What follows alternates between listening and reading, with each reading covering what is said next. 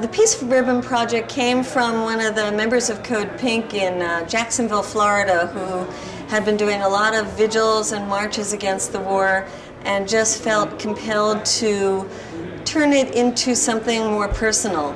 I think she felt that when we read the statistics, over 2,500 soldiers dead, tens of thousands of Iraqis dead, it goes in and out of people's ears, and that if we actually had a visual representation of some of the individuals who've been killed in this invasion, that it would become more real to people. And even the process of making these ribbons, she put it out to women all over the United States, and many groups found it was a very profound process. Some of the most compelling ones are about the Iraqis.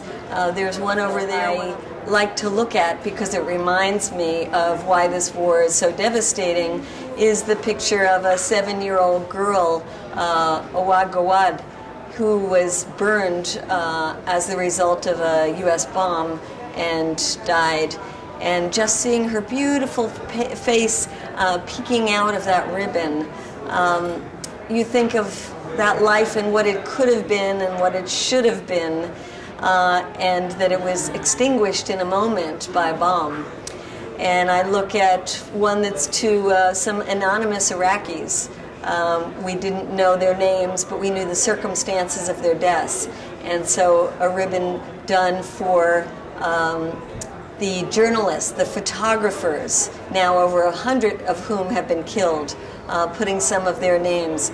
So this really makes the war more real to people. Some of them have been done by the families, members themselves. Some of the soldiers have become famous because of the actions of their family members.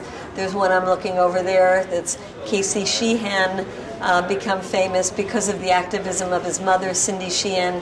But most of these are the anonymous victims, both U.S. and Iraqi, of George Bush's policies and his lies. And that's why I think it's important that we show people that these are real individuals whose families are not grieving just on the day of the death, but will grieve for the rest of their lives.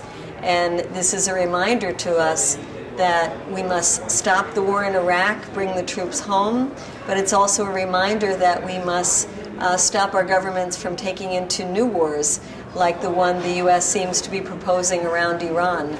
I hope when people see these peace ribbons that it gets not only to their head, but to their stomachs, to their guts, and that it instills in them or reinforces in them a determination to stop war. We have ribbons now that are traveling around the country in different batches. They're being hung in libraries in cities throughout the United States. They're being put up in schools. There's a lot of controversy oftentimes in just the process of trying to get them put up, because some people think that commemorating the lives of those who died is an unpatriotic, anti-American activity.